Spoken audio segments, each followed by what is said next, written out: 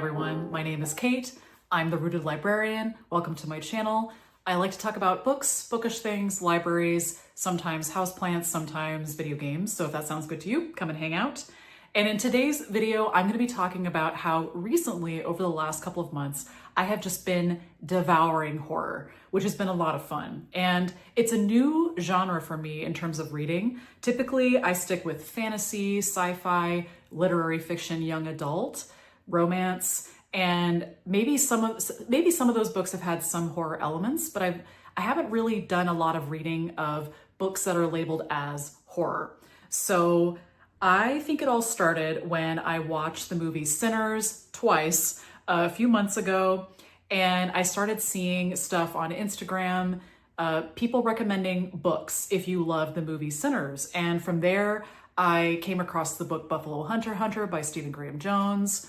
Also, I'd had conversations with my partner about maybe reading some horror books, maybe some Stephen King novels, because I just really hadn't read those before. And I also came across some really great horror book content creators. So for example, I heard about Mother Horror, who's on Instagram. I heard about her from The Cozy Plant Lady, and I'll link all of this information below. I also came across, I think this was just on my YouTube feed, Sinead Hannah's channel, and Sinead Hannah, also Mother Horror, have so many awesome book recommendations, and they do it by type of horror. So for example, they'll both have lists of like folk horror, gothic horror, haunted mansion or haunted house, poltergeist, witches, all the fun stuff. So if you're looking for recommendations, definitely check out those two channels. I also did a July Noir readathon in July, and which is hosted by the Locked Booktician, and that also definitely put me in a horror mood. So now here I am putting so many horror books on hold at the library. I have my to be read list, my want to read list has just exploded with horror, and I am like firmly in the horror mood. And that includes some movies as well. My partner and I watched The Wicker Man, which is awesome folk horror. We're gonna watch Midsummer. I'm firmly into this. I've also been having some really fun conversations about horror books with random people, which has been great. So for example, I met up with a longtime friend in Tacoma, and we were just shopping around, and we went into this really cute apothecary shop, which I think is new to Tacoma. It's called Hawthorne and Honey Apothecary. And I wanted to go in because I wanted to try on the shirt that I'm wearing. And we also just thought it just smelled really good. We were like, ooh, that smells really good. We should go in there. And when I went up to the register, there was an employee there named Celia, and I mentioned to her that this shirt kind of gives me folk horror vibes and that I've been getting into folk horror because it has these fun embroidery details, which feels very folksy to me. And when I mentioned folk horror, she immediately said Midsummer. And so we started talking about folk horror books, and it was just a lot of fun. And it sounds like that shop also does nature walks and plant walks and like foraging classes, and that sounds awesome. I definitely want to get my planty witch on. I'm enjoying just talking to people about horror books and hearing their recommendations. So let's go ahead and get into some of the horror books that I have read this month, that I am currently reading, and that I hope to read by the end of this month. This is almost like an August TBR, except that there are some non-horror books that I am reading this month, and I'll probably talk more about all of that in an August reading wrap-up in a few weeks, so stay tuned for that. But let's start with the horror books that I have read and that I've enjoyed. So let's start with the Buffalo Hunter. So as I mentioned, I got that from a list of books to read if you enjoyed the movie Sinners. And it's by Stephen Graham Jones. I read it I listened to it as an audiobook. And I will say it's a slow burn. It definitely took me a while to get through the audiobook. With Stephen Graham Jones, and this is something I've heard from other folks that really enjoy his books, you kind of have to have a little patience with the story. It does take a little while to get into it, but the payoff is so worth it.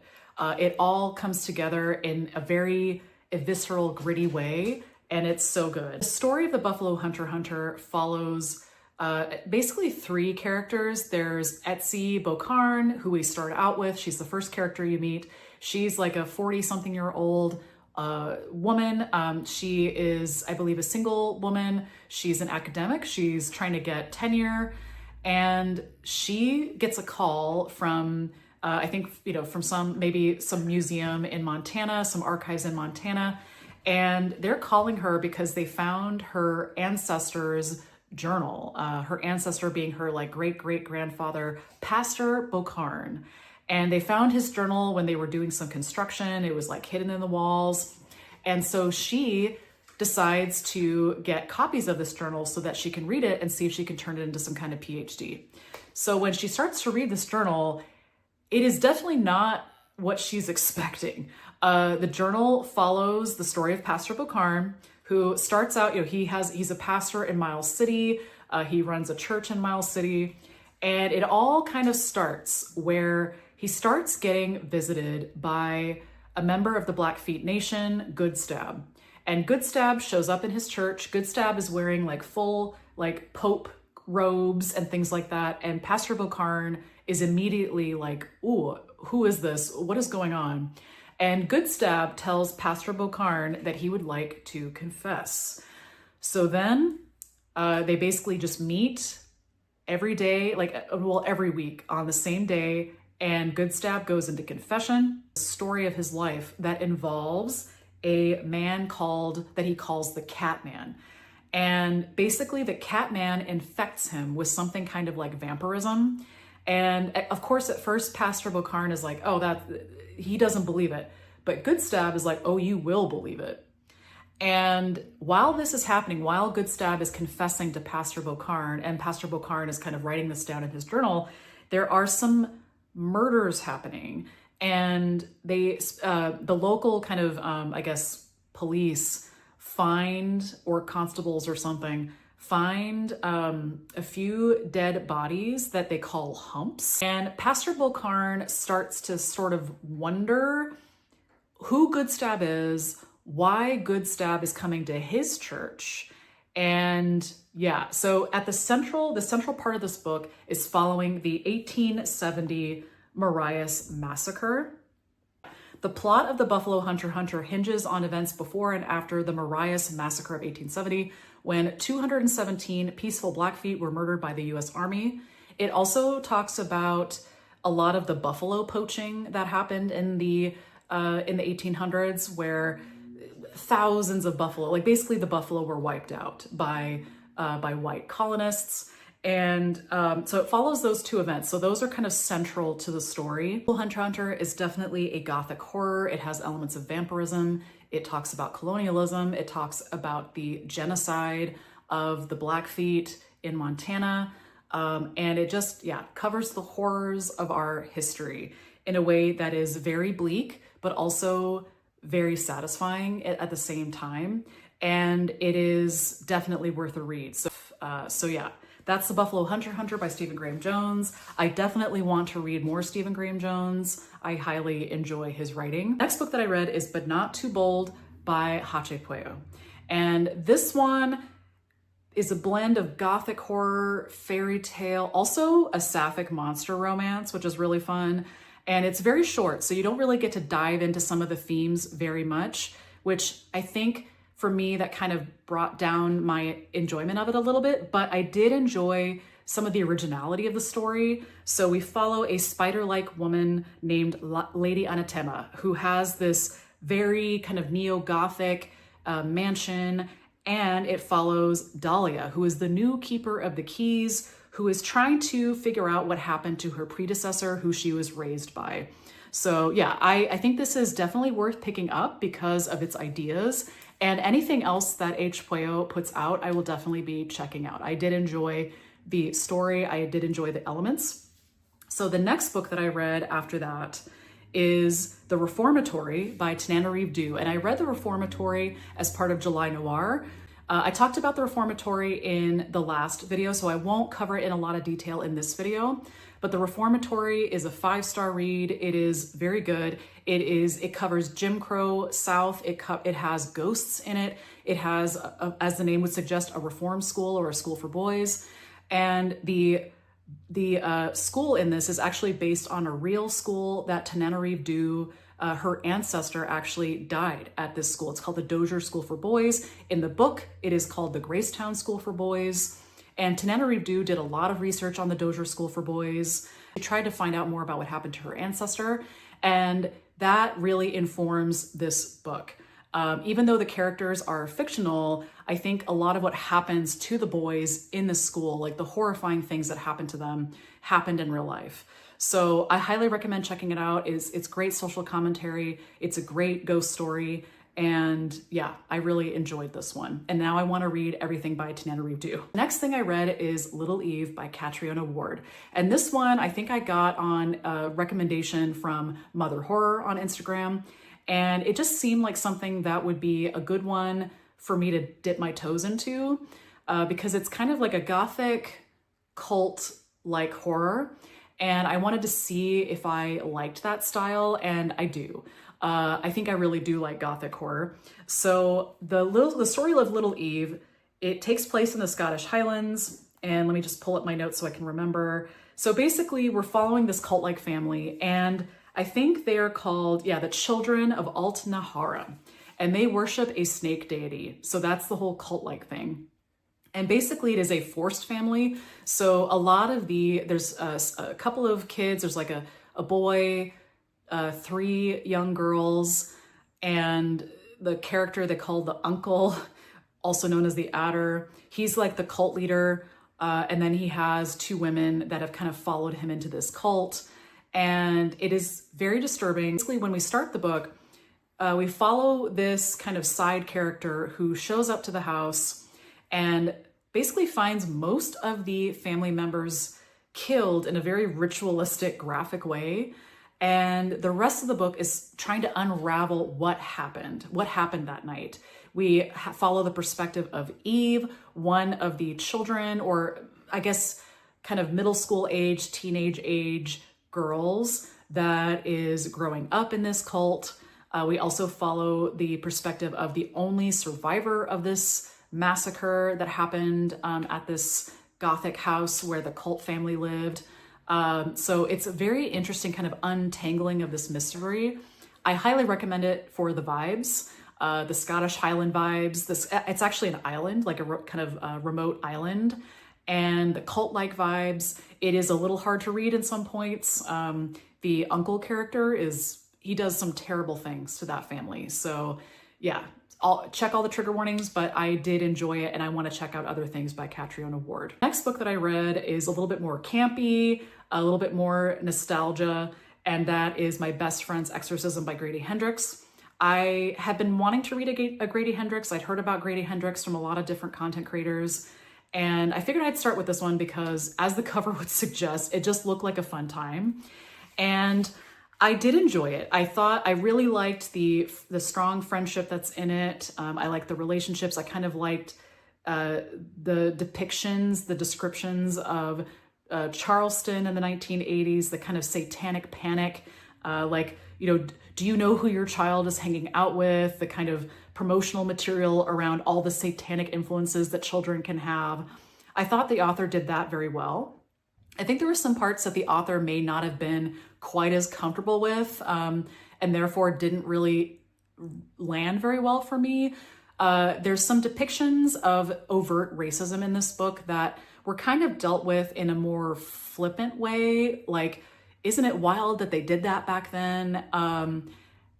For example, there's an event in the school called Slave Day. Yeah. So those types of elements in the book, I don't think he dealt with as well. So I didn't enjoy it as much for those, but I did enjoy the kind of camp, some of the nostalgia, and the kind of fun Stranger Things sort of feel to the book. So definitely interesting and kind of a fun first Grady Hendrix, I guess. The next book that I read is a more classic horror, also more gothic horror, and it's The Haunting of Hill House by Shirley Jackson. And this one, I didn't realize how short this book is. It's only 94 pages or something like that. So I read it in a day. I did enjoy it. It is a blend of kind of haunted house and psychological horror. And it's almost kind of meta horror where a lot of the characters will say things like, I'm more terrified of my inner demons than like actual haunting. And in a way, the house kind of reflects people's inner demons that I found that very interesting. And at many points during the book, you are kind of wondering, is this house actually haunted, or is the main character just experiencing a psychotic break? And you're not really sure what's going on. It's kind of maybe a blend of both. And that's how I chose to perceive it, as like a blend of both. So yeah, I highly recommend that. It's a classic for a reason. And yeah, I highly enjoy it. I'm not going to be checking out the TV series, I don't think. I tried to watch the first episode, and even just like the ghost that kind of shows up that like blurred in the background when the kid is sleeping, I was just like, I can't, I can't do this. I don't want that image in my mind. So I don't think I'll be watching the TV series. I do want to read a novel by Elizabeth Hand called A Haunting on the Hill, which is not described as a sequel to A Haunting on Hill House or The Haunting of Hill House. It's not a direct sequel, but it does follow a group of theater people, including a playwright, who rent Hill House to develop a play, only to find themselves haunted by the house's dark history and their own inner demons. So I definitely want to check that book out. I think it's going to be really good. Yeah, so I highly enjoyed The Haunting of Hill House by Shirley Jackson. So next, we're going to go into the books that I am currently reading that I haven't finished yet, that I'm hoping to finish this month. The first one being Bat Eater and Other Names for Cora Zeng by Kylie Lee Baker. I heard about this one from a lot of different content creators, and I decided to engage with this book on audio. And I will say the audiobook is quite good. I think I'm about 50% in, and I think this is probably going to be a 5-star for me. It's pretty funny. It's darkly funny. It's gory. It is ghostly, and also social commentary. So we follow the character Cora, who is a crime scene cleaner. And as we follow her, she's grappling with the very gruesome death of her sister, which was basically as a result of a hate crime. And she and her coworkers also discover that there's a serial killer targeting Asian New Yorkers during the pandemic because of the racism and hatred towards Asian Americans during the pandemic. It really does a deep dive into that, while also just being a very funny, darkly humorous ghost story. So yeah, I even though I haven't finished it yet, I don't think I'm going to regret recommending it. I'm greatly enjoying it. The other book that I am currently reading and that I'm hoping to finish this month is The Hacienda by Isabel Cañas. This one is also another gothic horror. And I think it's also influenced by a little bit by the book Rebecca by Daphne du Maurier.